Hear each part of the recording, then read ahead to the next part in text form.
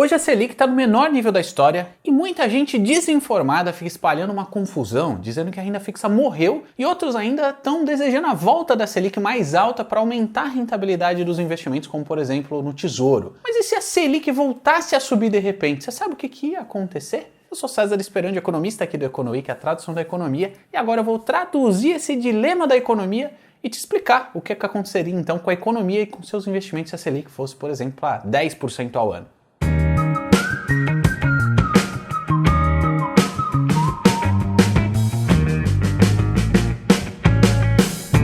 E aí, Economiker, tudo bem com você? Comigo tá tudo ótimo. E antes de começar, eu não vou te pedir nenhum like, eu quero saber sua opinião de uma coisa. Qual que deve ser o próximo episódio aqui do Economic? É você que decide. Eu tô pensando em mostrar quais são os investimentos mais seguros, porque tá todo mundo pensando nisso agora com medo de uma nova crise na bolsa, por exemplo.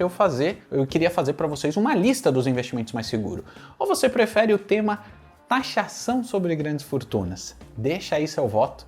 É você que decide, comenta aí, cara. Mas voltando ao assunto, primeiro, a renda fixa não morreu. Para reserva de segurança, títulos seguros e de liquidez imediata, como é o caso do Tesouro Selic, continuam sendo muito adequados. Eles rendem menos do que rendiam antes? Sim, mas a inflação também está muito menor do que antes para compensar. E ainda tem títulos de renda fixa pagando mais de 10% ao ano que eu encontrei na Toro Investimentos, mas que não servem para reserva de segurança porque só permitem o saque daqui a alguns anos. Eu não vou me alongar nesse assunto, mas eu já fiz um conteúdo explicando tudo sobre isso, tudo sobre Selic baixa e reserva de segurança ou de emergência, como alguns preferem chamar. Vale muito a pena você assistir esse conteúdo, você consumir esse conteúdo. Eu deixei o link aqui na descrição desse episódio, como sempre. Clica lá.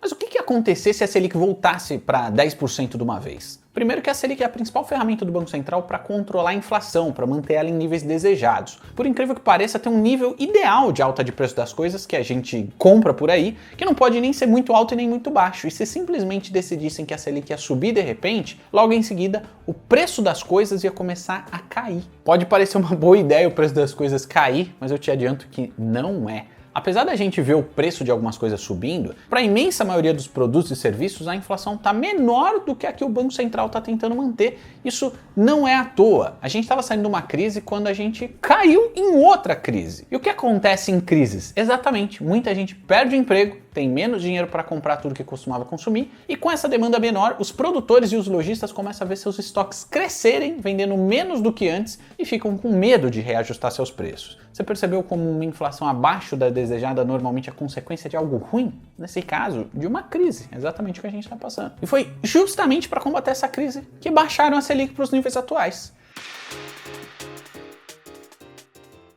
Como que isso acontece? Quando a Selic está baixa, o pessoal do Banco Central fala que ela está em nível estimulativo. Você também pode ouvir que esse nível é uma fase de política monetária expansionista, mas traduzindo, isso significa que a Selic está baixa o suficiente para aquecer a economia e gerar emprego e consumo. E como que ela consegue fazer isso? Tem duas vias principais, a do consumo e a do investimento. Vamos lá, do lado do consumo, com a Selic mais baixa, que é considerada então a taxa de referência de todo o resto da economia, todos os bancos, todas as instituições financeiras também tendem a baixar seus juros. Dessa maneira, eles começam a liberar crédito também com juros menores. O financiamento imobiliário, por exemplo, já foi de mais de 20%, hoje se encontra em taxas ao redor de 5%, e a Yolanda até comentou no último episódio de banco cobrando taxa de juros reajustada pela poupança. O link desse conteúdo está aqui embaixo. É por isso que a inflação cai, percebeu? Tem menos gente gastando com menos acesso a um crédito mais barato, mais acessível, com taxas melhores. O problema é que não para por aí. Com menos consumo tem menos negócio sendo feito, e com isso as empresas também deixam de ser tão lucrativas como eram antes. Sabe qual que é o resultado disso?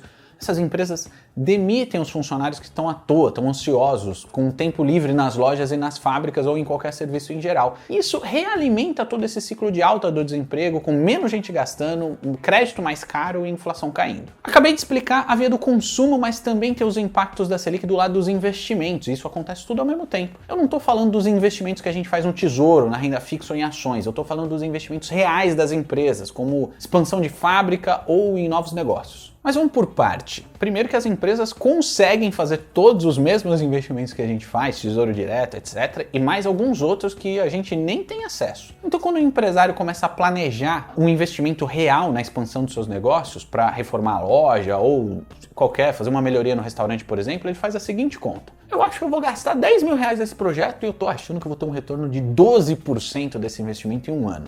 Mas pensa, se a Selic agora está em 2% ao ano, esse investimento nitidamente vale muito a pena, já que ele vai render muito mais do que o Tesouro Selic. Mas conforme a Selic vai subindo, o empresário começa a pensar duas vezes se vale a pena tanto esforço, já que ele poderia investir na renda fixa sem trabalho, sem esforço nenhum e segurança total. É por isso que quando a Selic sobe, menos investimentos são feitos, menos empregos são criados, e daí a gente volta para o outro lado da moeda, com menos negócio, tem menos emprego sendo gerado, menos salário pago para os funcionários consumirem e a economia continua patinando e indo mal. Eu acabei de explicar aí todo o lado da economia, mas vamos voltar para os investimentos. A Selic baixa não significa que é o fim do investimento em renda fixa. Inclusive eu dei uma olhada no aplicativo da corretora Toro, que tem opções de investimentos de renda fixa desde Tesouro Selic e CDBs de liquidez diária, que valem muito a pena para reserva de segurança, até outros investimentos de renda fixa que têm uma liquidez menor, ou seja, você só pode sacar lá na frente. E tem alguns títulos de renda fixa, algumas CDBs, que estão pagando 10, 12% ao ano. Cara, é uma taxa de juro bem razoável, principalmente considerando a Selic em níveis tão baixos. Você percebeu que ainda tem muita coisa boa na renda fixa? É só você fazer direitinho sua estratégia. Monta a reserva de segurança, Tesouro Selic, por exemplo, que não vai render tanto, mas vai ter o dinheiro disponível na sua mão a qualquer momento, e vai diversificando em outros títulos de renda fixa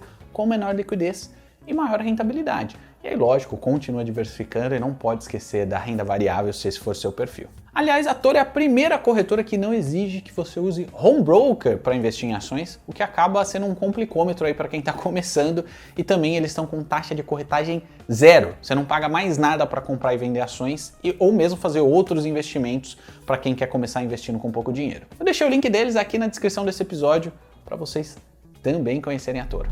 Você já segue a gente aqui no Economic? Essa é a hora, se inscreve aqui e já aproveita para deixar seu joia para ajudar a gente. Eu vou ficando por aqui e até a próxima.